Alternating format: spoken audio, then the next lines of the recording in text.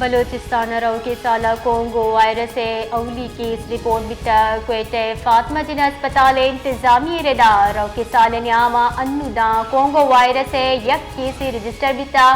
Congo virus अचा अजदा साल असरमंद नादरा इत्यादि बलूचिस्तान जिला पशीन चई और मार्च गुड्डी हफ्ते के न्यामा नगी की जावरा अस्पताल आरग बिता चुश्के सैरूचे इलाज न्यामा आबीरान बितक अस्पताल आइसोलेशन वार्ड आई वाहदा कोंगोए इच नादरा दाखिल ने बलूचिस्तान के साला कोंगो वायरस अवली केस रिपोर्ट बिता क्वेटे फातमा जिन अस्पताल इंतजामी रेदार के साल न्यामा अन्नुदा कोंगो वायरस यक केस रजिस्टर बिता कोंगो वायरस अचा अजदा साल असरमंद नादरा इत्यादि बलूचिस्तान जिला पशीन चई और मार्च गुड्डी हफ्ते के न्यामा